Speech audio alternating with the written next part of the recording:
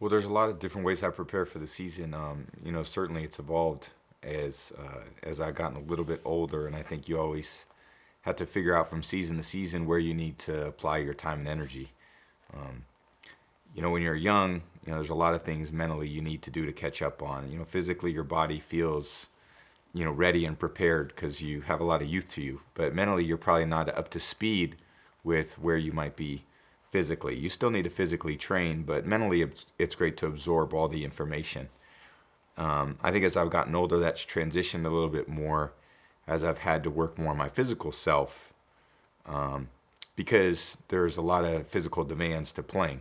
And as you get older, you have to be super disciplined and detailed about your regimen because if you're not, you're not going to last very long. So I think as time's gone by, I've tried to really make a concerted effort to physically take care of myself. That's the I have one body. It's really one asset for me to put out on the field every week. Whereas mentally, I feel like I've been so prepared over years and years of hours that my brain still functions, hopefully at a very high level. So I think it's just a constant evaluation and reevaluation of where I think I'm best suited to put my time and energy. How I deal with pressure, before and during a game is a lot of times just relying back on past experience, but it's also the biggest thing will be preparation. I feel like if I'm 100% prepared for the moment, then I shouldn't be nervous. That's where you have to be very confident and you have to play with a lot of anticipation. You've got to run through a lot of scenarios in your mind about what could happen, the ways that you're going to have to adapt over the course of the game. Rarely do things go as planned. So I think when they're unplanned, you have to be able to adapt quickly to those scenarios, and you do everything you can to practice and prepare and study and play the game in your head before the actual game starts. And I think that's a very important aspect of playing, your very best on a week-to-week basis. I think there's been a lot of different challenges that, you're faced with. I've been faced with I've been playing football now almost 30 years, if you include my high school days.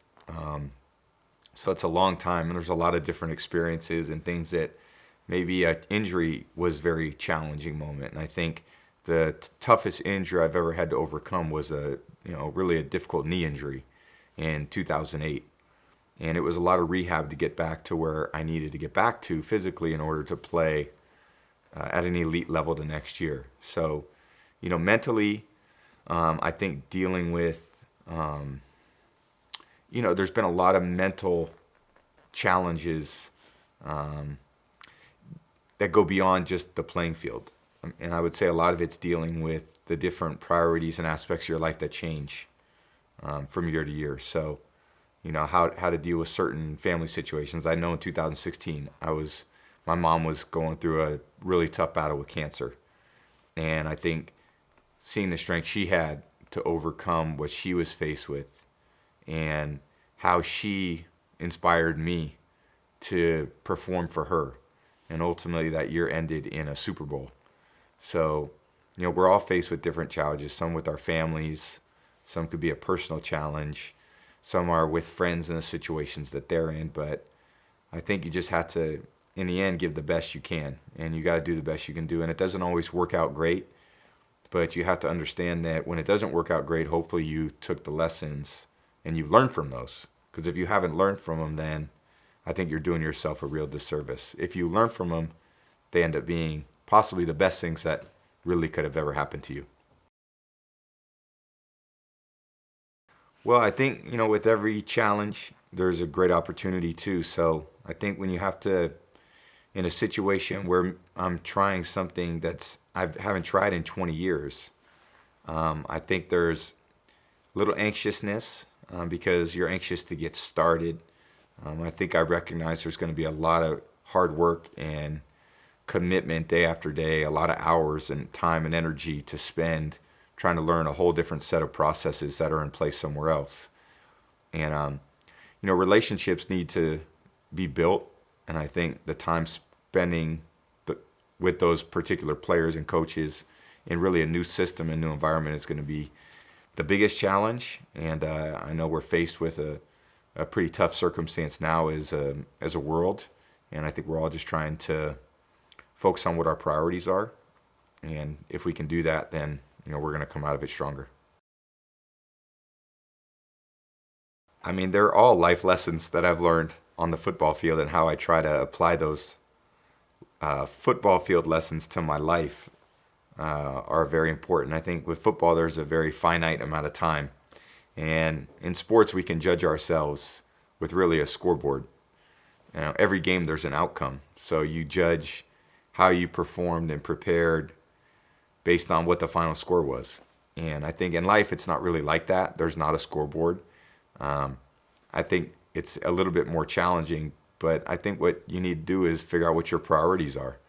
And if you work toward your priorities on a daily basis, I think those can go a long way to your own belief of what success might mean in your life. And I don't think we should listen to what society values as to what's important. I think everybody has the right in their own life, their own free will, to choose what are the things that I value, and where am I going to place my time and energy to support what my priorities are. A lot of times people don't act in their own self-interest. What they want, they actually do things that are different than what they want. So I think a lot of it is a self-awareness to understand where you're putting your time and energy, and then gauging for yourself and not listening to a lot of external factors that are trying to maybe suppress what your goals are based on someone else's values. So we're all independent human beings. I don't think, though, you can live a life where you don't need the love and support of others to achieve your goals. I think if there's one thing I know in sports, and I play in a very team-oriented game, is that it takes so many people to support you to achieve a great goal. And in sports, it's could be winning a championship is probably the ultimate goal. Sometimes even when you fall short, it might be an incredibly successful season. But you can't do it alone either. So you have to, share the right values with the right people, whether it be your friends, whether it be your teammates, whether it be your family, and then you all support each other to reach your common goal. Well, I think you have to, first of all, just recognize the adversity when it comes. I don't think you fight it. I think in a lot of ways you embrace it and you use it as an opportunity for growth. So, I don't believe in a victim mentality, poor me, poor us. I feel like, whenever you're faced with something, you got to do your best to overcome it. And it really comes down to effort and energy and discipline, determination to overcome it. You don't get bailed out of every situation. I don't think we teach our kids to, bail them out of every time that life gets difficult. I think when you're faced with adversity, you rely on the people that support you to help guide you through it. Sometimes you use a lot of instinct. You fall back on the things that you've prioritized in your life, and that's where you put your focus. If you put your attention there, then a lot of times that improves. If you don't, then a lot of times you get stuck in the same rut and routine. And if that's the case, you never really advance your cause too. So I think adversity is a great opportunity for self-improvement and self-growth. And if I look at the most challenging things that have ever happened in my life, I realize those are the best things that ever happened in my life, because that's what I learned the most from. Well, I think it's, living a healthy life and getting the most out of yourself. I've really had to recognize that's a big part of my profession, and a big part of my career has been to maximize my ability. The only way to do that was to be as healthy as I possibly could be. And a lot of these things I was probably interested in college. I was kind of always looking up at everyone else. They were probably physically more advanced than me. And I thought if I could be a little more disciplined than them, maybe I can gain some ground. And it continued to evolve over a long period of time, all the way from college to where I am now, where I really learned routines that really worked for me. And I get asked a lot by a lot of people, what's the one thing I should do, or what's the one thing I should incorporate into my program? And I think the reality is there's not one thing. Everything matters. Everything adds up. So, I think living a healthy life is the right nutrition means, which foods is your body going to absorb, which nutrients is your body going to absorb in order to give you the energy and the energy output that you're going to need to exert yourself. And for me, it's, a lot of vegetables, a lot of fruits, some lean meats, get the right amount of protein. I really try to limit my sugar intake, although that's a tough thing to do in this world because we're forced with sugar all the time. We know, how good it tastes and how it can really become addicting. I think I try to limit that as best I can. I'm very hydrated. I'm always drinking a lot of water. This is always, right nearby me because I want to keep my muscles really moist and hydrated. I get the right amount of supplements. Every day I try to take a multivitamin, healthy fish oils. So I get some vitamin D. I take some extra vitamin C.